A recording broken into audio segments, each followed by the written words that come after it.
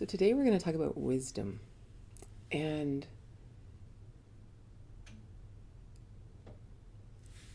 and the first thing we're going to talk about how it applies to our whole life, how we each find it in every aspect of our life. And I think it's really important. This is a topic that I personally think it's very valuable because sometimes we believe that we don't have wisdom within us. And I don't think that's true. I think every one of us has it, but we just don't know how to mine it. We don't know how to find it in our life, especially if we've had difficult lives. We can often feel like, I don't know anything. I'm not worth that. We have huge issues in self-worth. We have huge issues in self-confidence and having courage to actually make choices. But when we can access our own personal wisdom, we have so much more foundation to make those choices from. And the wild thing is when we access wisdom, we actually have more peace. And because wisdom isn't knowledge or book knowledge or even what the world considers intelligence. Wisdom is something deeper, and it comes out of life experience. And all we need to be wise is life experience and consciousness. That's all. And every single one of us are capable of that. And so that's really what I want to talk about today, how that applies in each of our individual lives, how that applies to us in relationship with partners, children, friends, work, and how that really affects how we even experience being alive on this planet, how that shifts our consciousness and even how we filter how we experience the world.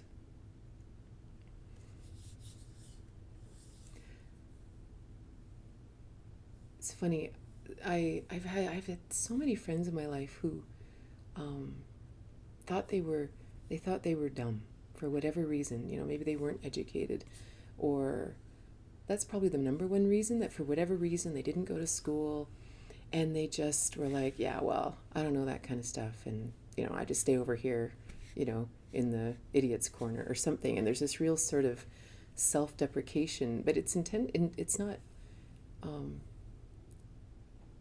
it's sincere. Like they're not fishing for a compliment. They genuinely think that.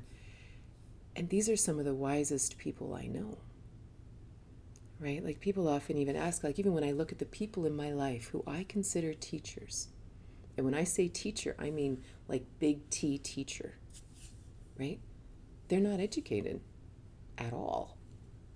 And in any moment in my life, if I was struggling in a real life situation, they are who I would go to. Why is that? Why are the wisest people I know, according to society, unintelligent? Right? So the first thing I want to talk about is this curiosity about education. We're not going to talk a lot about this, but I just do want to say this. I'm not against education. I loved school. I was good in school. My brain fits the model for our education system, so I did well in it. I went to university. It's not that I love higher education. I love expanding our brain that way. I get a kick out of the mental gymnastics. I like it. The challenge is that what we learn in school, what we learn imagine, take a child, and they grow up, they go to school, they decide to go to university. So they go away, they study at university. Maybe they get a master's degree. Maybe they get a doctorate, right? Are they wise? Are they someone we would go to for help? Are they someone we would go to in a down day? I mean, some people are just super nice people, right? So we would just go to them, but wisdom doesn't come from there. Wisdom doesn't come from mental gymnastics. It doesn't come from expanding our mind in that way. We can expand in certain ways, but not in a real way, because wisdom is about life. And life is much deeper into the first chakra, right? It's way deeper into what applies and what is of value in our day-to-day life, right? It's kind of like in yoga. Yoga is a spiritual practice. It's a tradition that was passed along from master to student for millennia. Why? Because there is deep wisdom in the philosophy and understanding of yoga. If we practice meditation, if we practice yoga in certain ways, we actually we bring together our spirit and our physical body, and we become wise, we become expanded, we become grounded, we become open. That's the wisdom. But in our world, we misunderstand it, and we think, oh, well, it's always curious, when you see someone who can sit in full lotus, or they can do some, interesting acrobatic feat, and they say, oh, they're a great yogi. And it's like, and I'm not dissing yoga, but it's like, people would come to my classes, and they're like, oh, I'm no good at yoga. And I said, sitting cross-legged in lotus position will not help you through a dark time. What you gain from yoga is so much deeper than that. That's the point. And that's the point of our education system too, to really understand what it is. There's nothing wrong with it. It's awesome, right? If we go to a certain point, you can go to school historically to expand our mind into different philosophies. Or we learn a trade, whether that trade is teaching or plumbing or being a doctor, or a lawyer. We're just learning a trade. We're just extending high school. It's all good. So my number one reason for talking about this is, if you're sitting here and you didn't go to school for whatever reason, or you didn't want to go to school, this is in no way a block to accessing our wisdom. And if you have been highly educated and you have spent a lot of time in school, it's sort of a bitter pill to swallow sometimes that is what we have to forget in order to find wisdom, right? We actually have to forget what we've been told. We have to forget the structures we've been taught in order to access the truth. And again, I love education. That's not it. But it also often has very little to do with wisdom, and I just wanted to start with that. So, in the East, they would talk about the 4 phases of a spiritual journey. And the first phase was the time of a child or a student, where you're totally dependent on other people for everything. Then you enter the time of the householder. And the householder is the time when you work in the village and you contribute to society, and maybe you have children.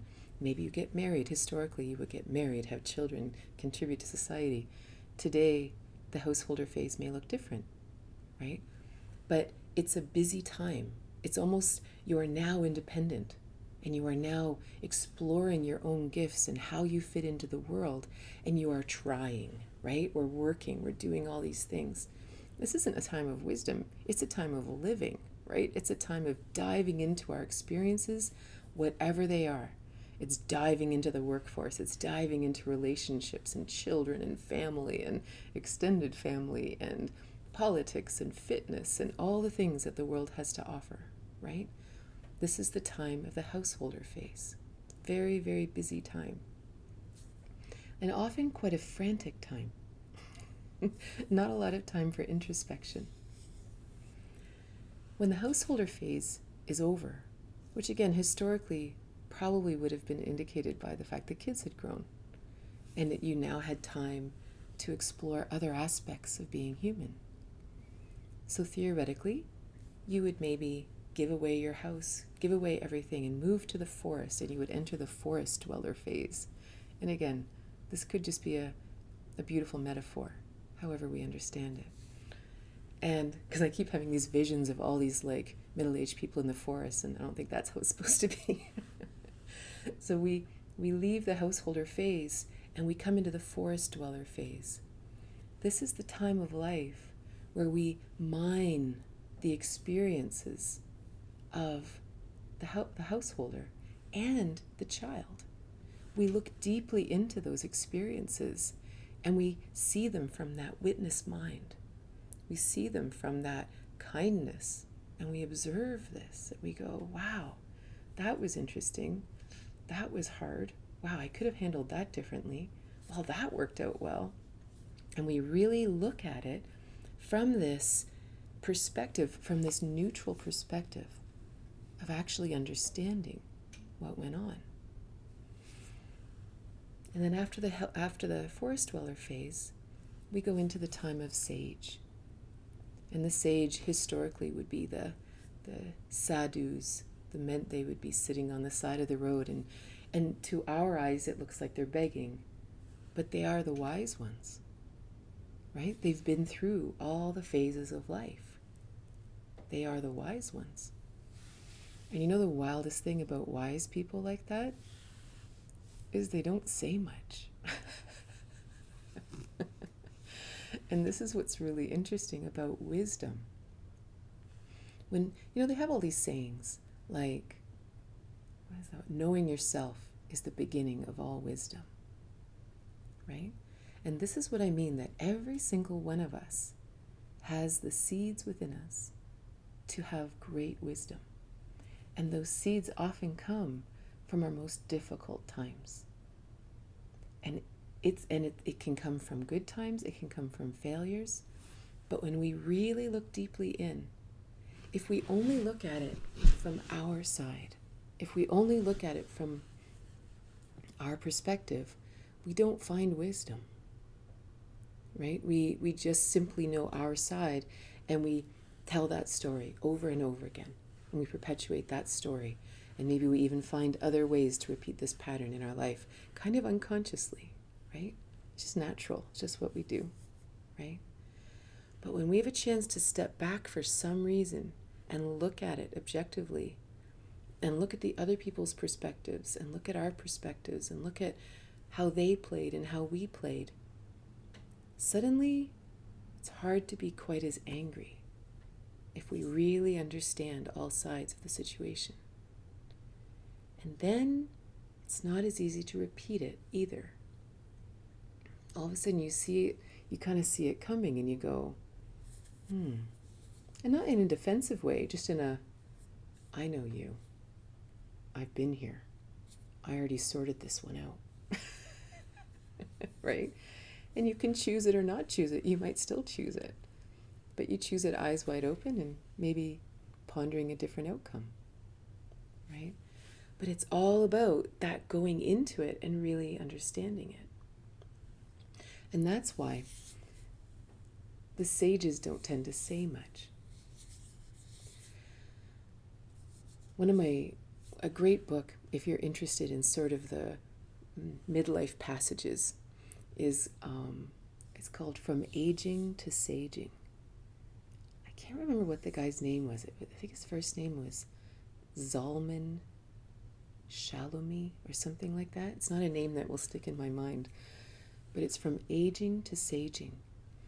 And the amazing thing, what was it all about, was actually teaching people how to become sages, mentors as older people, as opposed to just becoming older, right? And that's the danger. If we don't actually take that time to step back and look at our life through this non-judgmental filter of kindness and understanding, that with the desire to understand all people in it, not just us, we have to be able to, wisdom is taking us closer to the whole, right? It's sort of like as a child, even in the householder phase, we're very focused in our perspective. We're very focused in how we see it, because we have to be. We are the actors. We are the ones doing the things. We have to know that, okay, he's got to get to hockey, and we got to get there, and we got to get that, and the boss needs this, and my wife needs this, and we are the center of our universe. It's intentional. It's not a bad thing, because we are the ones having the experiences that we will look at later. But later we back up and we say, huh, all right, I can kind of see where that other person was coming from. Oh, okay, now I can see how I played into it. If we never take that time, we simply become old with a lot of very strong opinions about things. Very strong opinions based on my life, based on my experience of life. And those opinions could be, yeah, I can't trust anybody. They're not always the most positive ones in the world. But when we really step back, this is when we have a chance to become mentors. We actually become sort of some earthly good to anyone else, because we actually understand the confusion of life. We remember the confusion of being a child. We remember what it felt like to be at the whim of others who maybe really weren't capable of raising children. We remember the difficulty in our first loves, the challenges of marriage, the challenges of work, the challenges of balancing work and bills and lifestyle choices and all these kind of things. We remember how difficult that was. We also remember how important those experiences were. We remember how much we learned and how much we changed in the really hard ones, right? We learned how much faith we developed, how deep we had to go. So now you imagine you're 80, right? You've looked at your whole life and you've gone, aha, wow, what an interesting life. We're not triggered by anything. We're not angry about anything.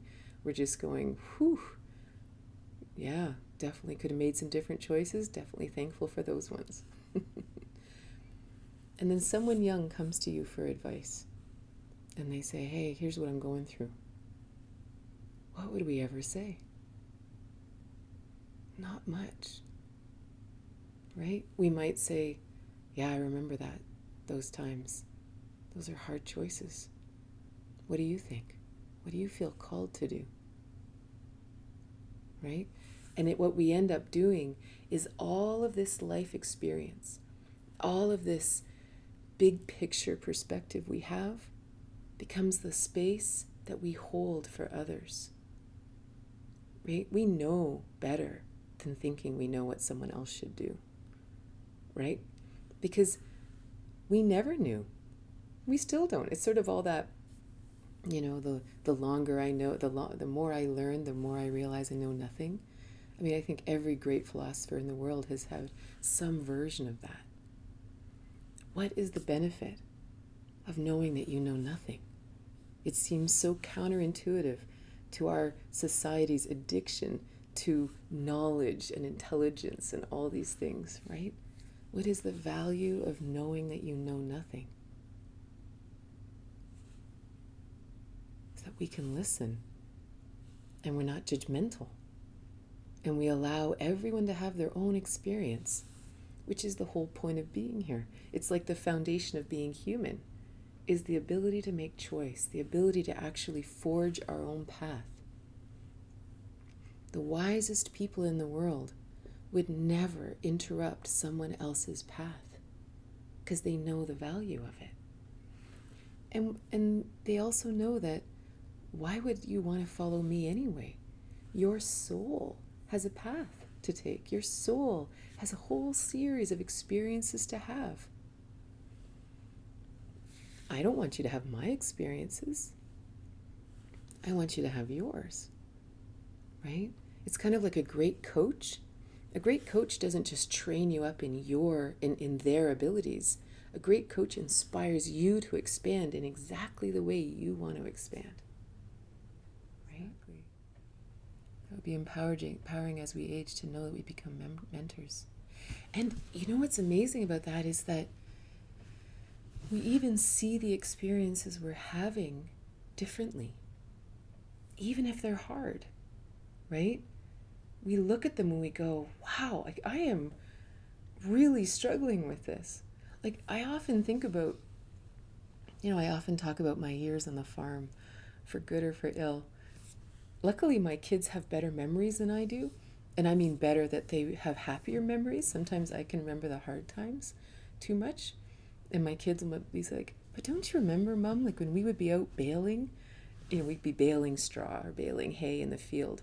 And I'd be driving the tractor, and the baler would be baling, those straw bales, hay bales. I don't know if you guys ever seen those, but, and my husband and my kids would be on the wagon, and my little kids would be like there, and they'd be like dragging the bales to my husband, and those were really happy days.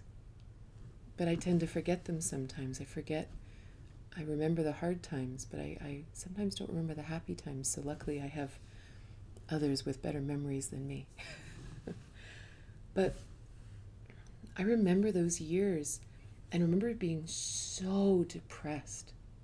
Like, but pretending I wasn't.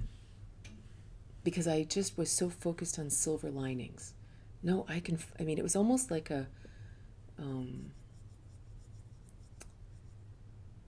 I believed it was a sign of my inner strength if I could find a silver lining in this and not speak my truth.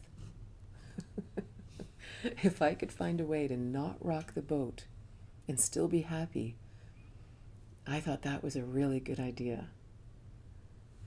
It was like torturing myself. And so it's just interesting. Like those were the philosophies I had at the time, and they weren't bad. They were just what I had. So that time for me was like so humbling, because I also felt I had no choices. There was no way out. There was nothing I could do. I couldn't leave. I couldn't do this. I couldn't make change. Our life was too set in that farming. We had a dairy farm. Our days were like literally in half-hour clips. Like I could cook a meal and I knew exactly how long it took, because the men folk were going to be in at 5 to eat it, and they had to be gone by 5:30. Like, my life was different than it is now. And really hard on my heart. And I felt completely trapped. If I hadn't had that experience, I wouldn't know what it felt like to be really trapped. And I wouldn't know what it felt like to be so depressed I was despairing. Like I didn't think I'd ever get off the farm. It's very important. So if someone was to come to me for advice, and they were heading into a dark time or a difficult time, the last thing I would do is say, take a different road.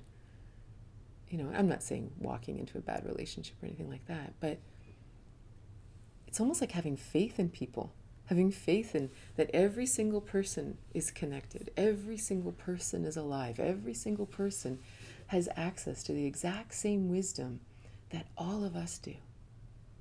And they'll get through it, and they'll learn, and they'll grow, and they will, we'll get knocked down a few pegs and we'll rise a few. But it'll be real. Don't you think that we can offer what you offer to show that you have faith in them? Exactly. And I think that's really the point, is that it's almost like we share.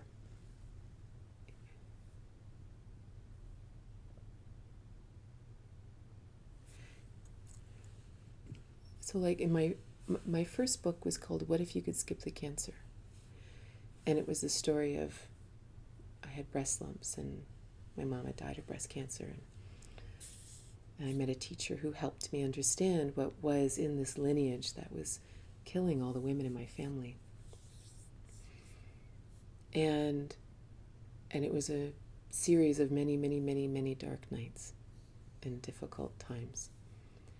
And one of the hardest parts about that story for me, it's a bit of a side, but is that in my family anyway, not in all families who have breast cancer running through them, is we often idolize our mothers, because our mothers are really nice.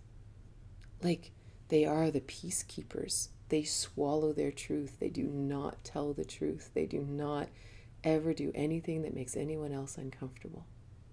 So everyone around them is blessed, and they suffer. and they internalize it, and it goes inside, right? So one of the greatest challenges for me, for example, in that time was going against my mom, who had passed 4 years before that, she was like an angel. Like, she was the most kind woman you could ever meet. And I had to somehow go into the training that I had learned as to how to be a woman, how to exist, how to be a good person in the world, and somehow tease out the things that I learned from her that actually were harming me, that were getting in the way of me telling my truth and my fear of rocking the boat. And I had to go in. So it was one of the very hard parts of that journey was looking at my mom in very different ways, because I just idolized her in all the best ways. She was worth idolizing. And I went through all of these sort of twists and turns inside, right? And then eventually I had a miraculous healing. And much later I wrote a book about it after I'd studied spontaneous remissions and what was really going on in the human body. So when people read the book, or when they go to read the book, sometimes people expect an equation for what I learned in my journey about healing cancer, right? But that's not what the book's about, because I don't know anything about that. I don't know anything about healing cancer, even though that was my experience. I don't know anything about that. But I do know my journey from my head to my heart, and my journey to actually listen within for guidance, and how hard that was. And all the weird things, the training from my mom, the training from my dad, the legacy that runs through my ancestral DNA, the society I was raised in, everything, and how hard it was to go against that and listen within and do things that were out of the norm. But it isn't the things I did that caused the miracle. It was that I listened. It was that journey. So, and I think that's a lot of what we do share, is it's almost our own journey through the struggle. And maybe that's the best thing that people can ever hear, right? Not the end point, because everybody has to make their own choices. But we can share our journey. We can share our struggle. You know, I have a lot of friends who had really horrific childhoods, full of abuse and abandonment and real difficulty. Sharing the story of their childhood isn't as valuable as the healing, the difficult healing path to actually finding their own wholeness. That's extremely valuable. And even for someone else to hear that story. It's like in AA, you know, it's just sharing their story. They're not allowed to counsel each other. You just share your story and it resonates, right? And it's like the resonance hits a vibration inside of your story, and your story is this incredibly huge story, a bigger story than even we're conscious of sometimes. But that resonance touches the edge of it and it starts to wake it up, right? That's all that we have to do, is just hit that point. And if we're open and kind with ourselves, we have great realizations. So you know the funny thing about getting off the farm? I'll answer that question. I'm going to put my glasses back on and I'll look.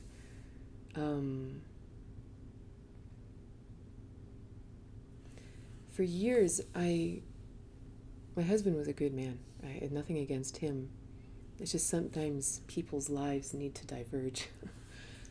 And I felt that coming not early, maybe after about 10 years or so. I couldn't find the words to communicate. He couldn't find the words. But we had a lot, we had a lot invested in our lives and our children and I didn't know how to ever get off the farm. We just, this huge farm, and I would pray a lot. And I would ask, now. And the answer was, nope, stay. It was stay, stay, stay, stay for 20 years. And again, I'm so thankful I did. I'm so thankful for a million reasons that I listened. And to this day, he and I are very good friends.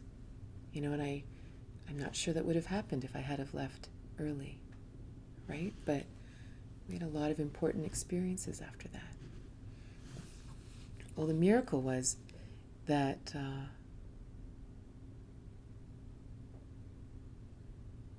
we'd had a lot of really difficult years. Like we were organic, and when you're organic, you don't use chemicals or pesticides or anything. So you really rely on Mother Nature. You really rely on the right balance of sun and rain and warmth and everything. And every year we had an issue. It was literally like it either didn't rain at all, and then the weeds grow like crazy, but the crops don't. Or it rained too much, and it just flooded the fields. Or it was too hot, and it burnt the corn. And it was just one year after another, and we would just spend our winters just thinking, okay, where do we get this $20,000 to pay for that? And and we were just at the end of where we could steal money from the corners of our lives, and we were just really at the end of ourselves. And then the final year came, and it was the same year that I ended up buying my train station. And if you don't know about my train station, I bought a train station, an old train station, and renovated it into a wellness center. And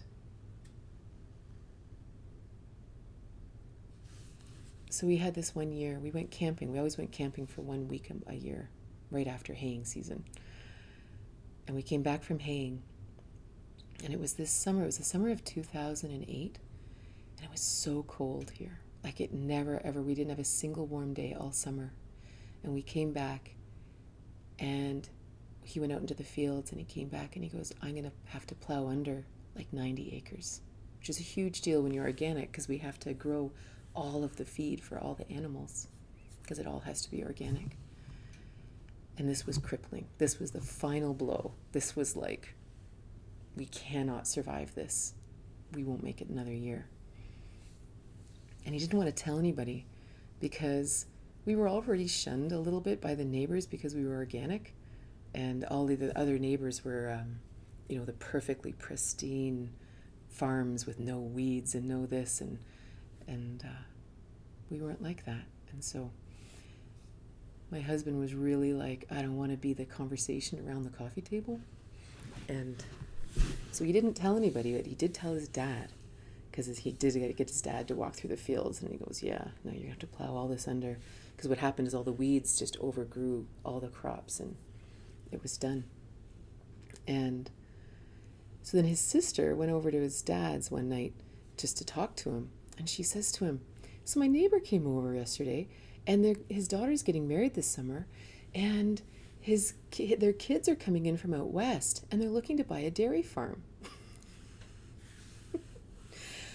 And his dad says to his sister, you better call Wayne. So she calls him. 3 weeks later, these people fly in from British Columbia, other end of Canada, fly in from British Columbia, look around the farm, look at us and say, we'll buy the whole thing, lock, stock, and barrel, the whole corporation. 3 months later, we had sold the farm, and we'd moved into town. And it just was like, I was so sad for my husband, because this was his life dream. But inside, I was like, oh my God, we're off the farm. And then I went and bought my train station, and my life really began. Like I'd already been teaching yoga and meditation and dance and all these other things on the side, and done different things. And I suddenly had this place where everything would get born and everything could live there. And that's how I got off the farm.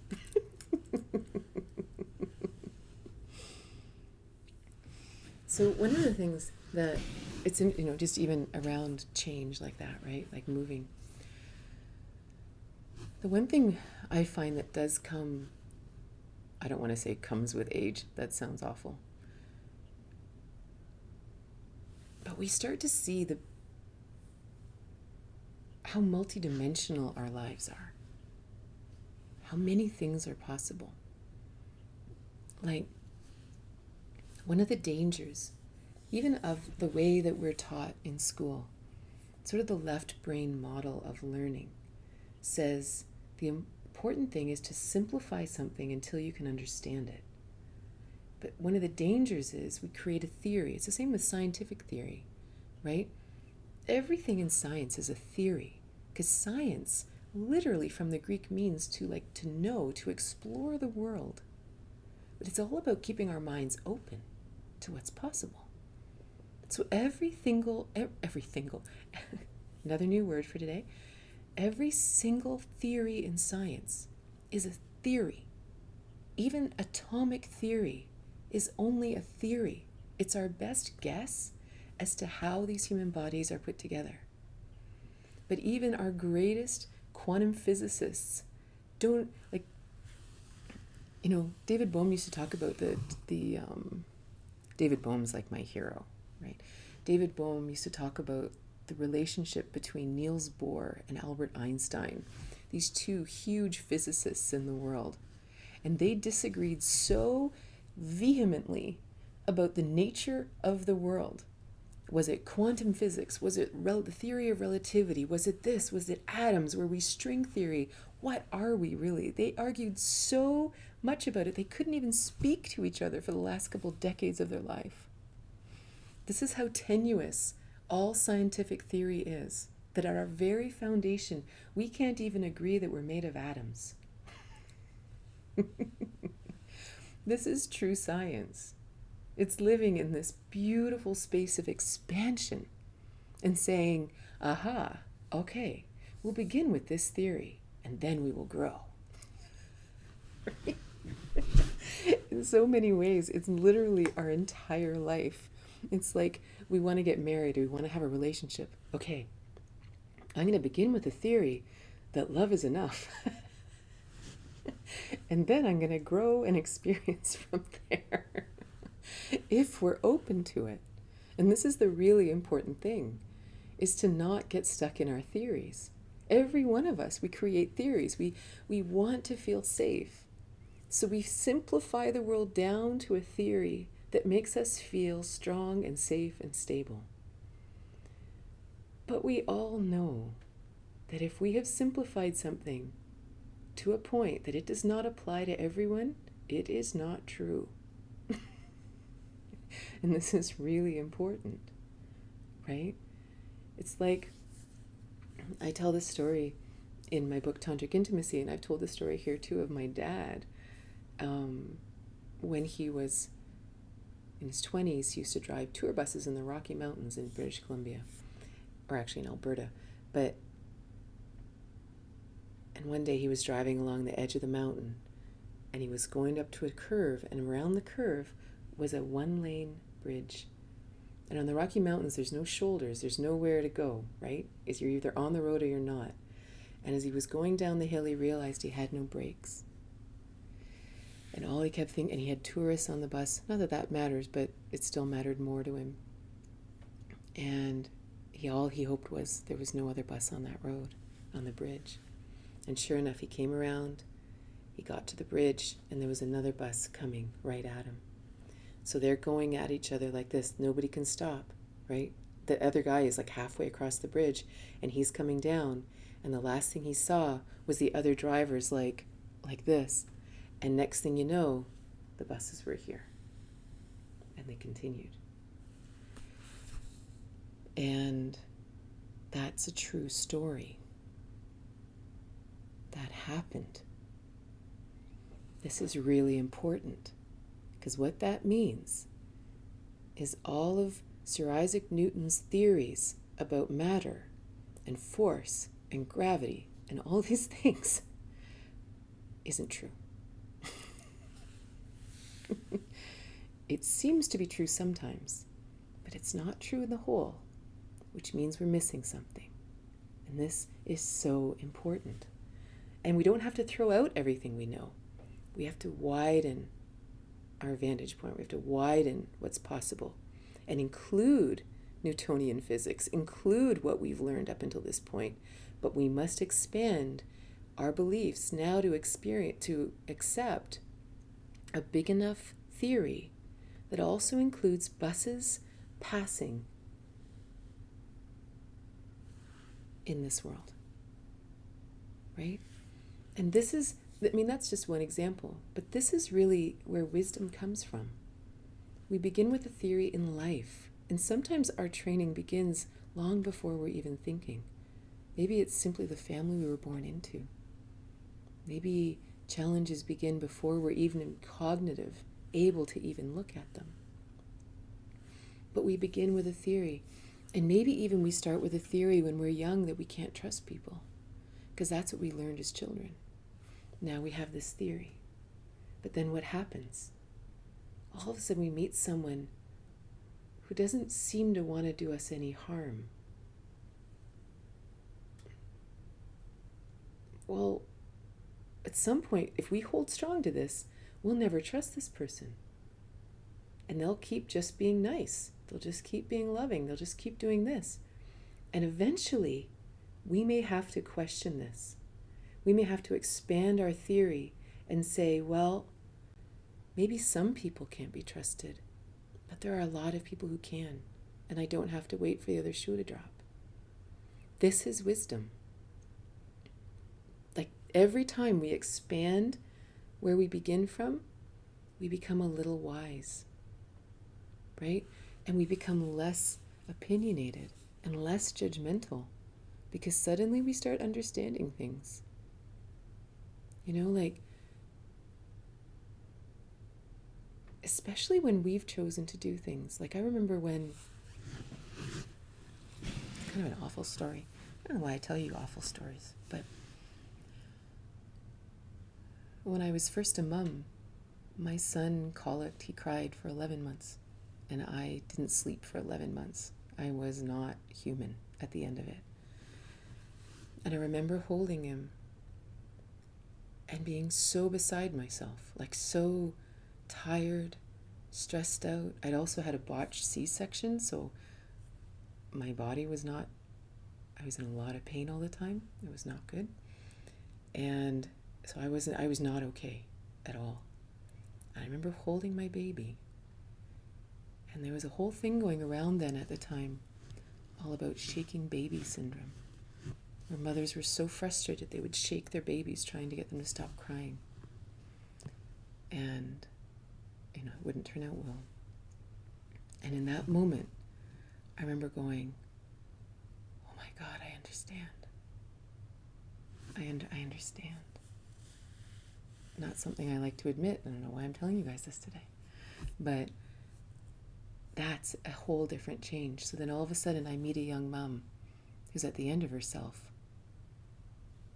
I don't give her a lot of theories, but I might take her baby to let her sleep. Because if there's anything I know, is the power of a good night's sleep. So this is really important, right? That we really expand our vision. We expand our picture, opening. And the most important thing is this is every single one of us here today. Every one of us has stories in our past.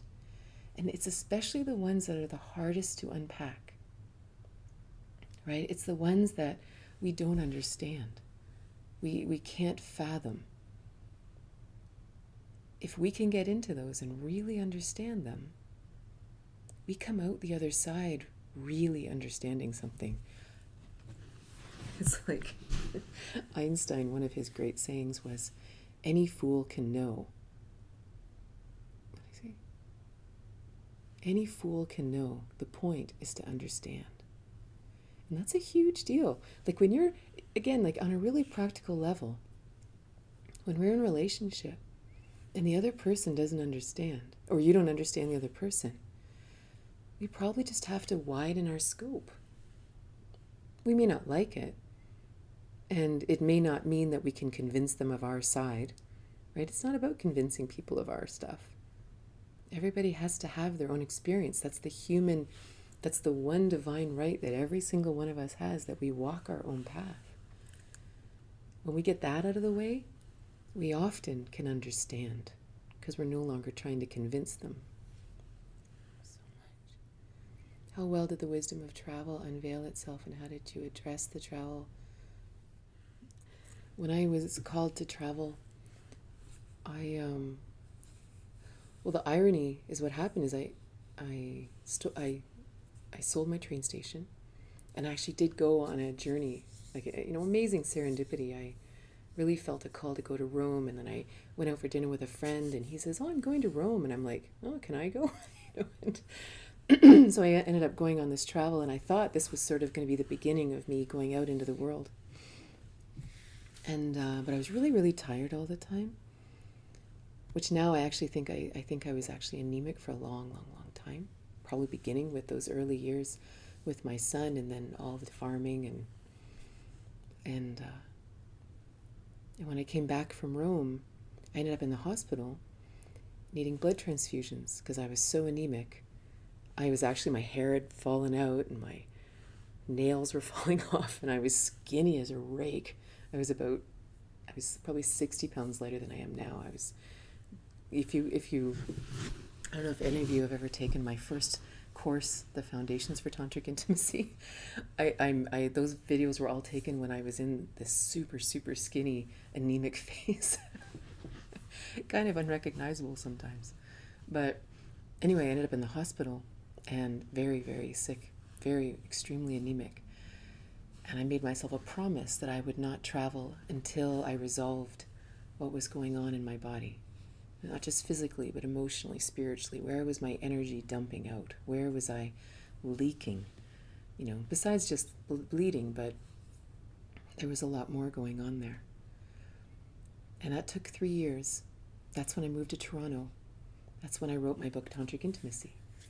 And I sat still until it was 3 years later that I finally got my blood to low normal and gave myself permission to leave.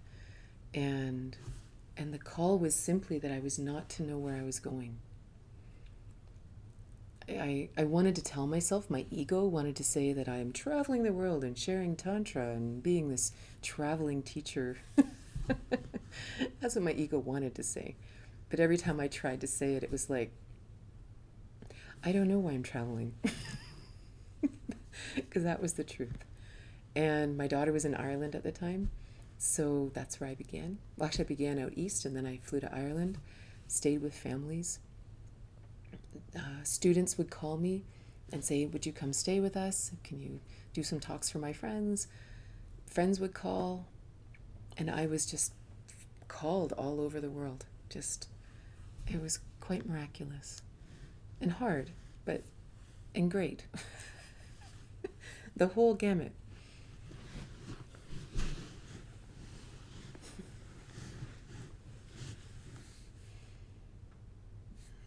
Another really valuable thing that I want to mention is the importance of living in the question. Because so often the pursuit of knowledge is the pursuit of answers, but this is very limited. Like, it's almost like we're looking for answers in the limited world.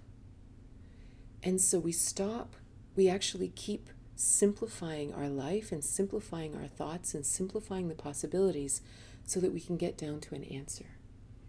And it's a really interesting thing to simply live in the question. Whatever the question is, what is it I'm meant to be doing? What is the answer in this situation? What if the point is staying in the question? Like, if we're exploring infinity, we don't find answers. It's almost like the question. Imagine an infinite field, this world that we are exploring. And this can be love, this can be parenting, this can be your called career, it can be you in the universe. These are all human experiences and therefore infinite, right? So when we float in this infinite field, imagine instead that there are no points, there's no landing points. So instead, imagine your question is what propels you through the infinite field, right? What is it I desire next? And this question propels you forward. And then you find yourself here and you ask another question. Oh, and then your spaceship that is you goes this way. And then you ask another question and you go this way. And what if that's the point? What if there are no answers to be found? Right? Imagine in love. Imagine in whatever relationship you're in right now. What if all you do is propel yourself through the infinite possibilities just through questions? You know? Don't ever come to a point where go, yeah, I get you. I know. Because we don't. We are constantly changing. So no matter how long you live with someone, no longer how long you've known a friend or your children or your parents, we don't know who they are today. They've had other experiences. They're different, right?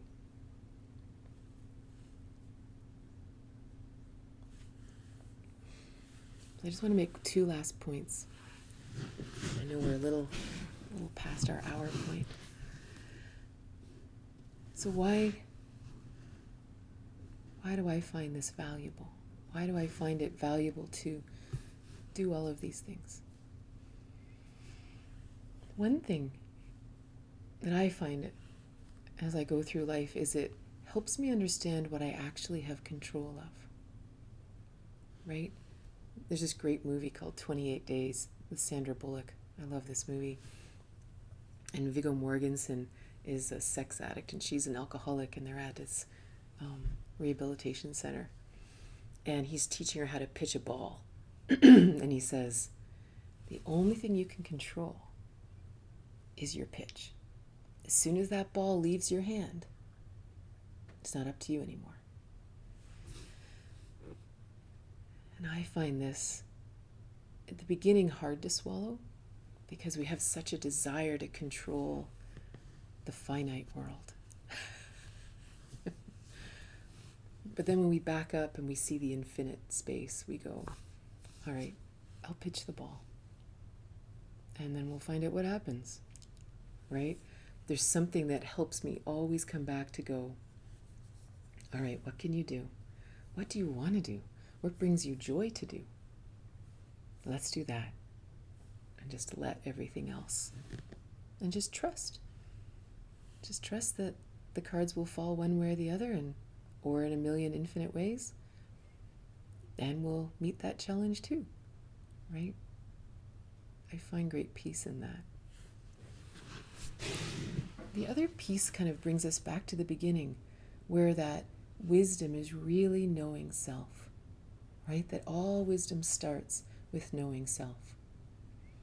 And there's something again about going into our past, going into our experiences, and really with kindness and love, observing how we've acted, observing our own nature, and really understanding it, not just from how did we interact with those around us, but how did we respond? And really going within and saying, wow, and understanding who we are, like understanding, why am I different? Why do I see the world this way? Why do I have these challenges? Why do I have these gifts? And deeply understanding our own nature. It's so, so valuable. Like it not only brings us such incredible peace, right? Because, I don't know, our world starts to sort of form around our true nature. But it also makes us curious about other people's nature. We don't impose the nature we would like them to have. We actually start to look deeply into them, because the deeper we look into us, the more we know nothing about ourselves either. We know, well, I seem to like to do this, and I seem to be a little attached to that, and I seem to really love that. But I don't even know where all that comes from. Right? And then you look at someone else and you go, how are you wired? You know? And we actually don't. I remember, like, even when I was raising my kids, the very last thing I ever wanted to do was impose myself on them. Right? I wanted to see the trees they were meant to grow into. I wanted to see who they were. And so it was this huge discipline to kind of hold myself back, or my opinions back, and just sort of say, and just watch and just ask them questions. And I don't know, it makes life really interesting when we don't need everyone else to be like us or to fit with us, that we actually are like, tell me more about that.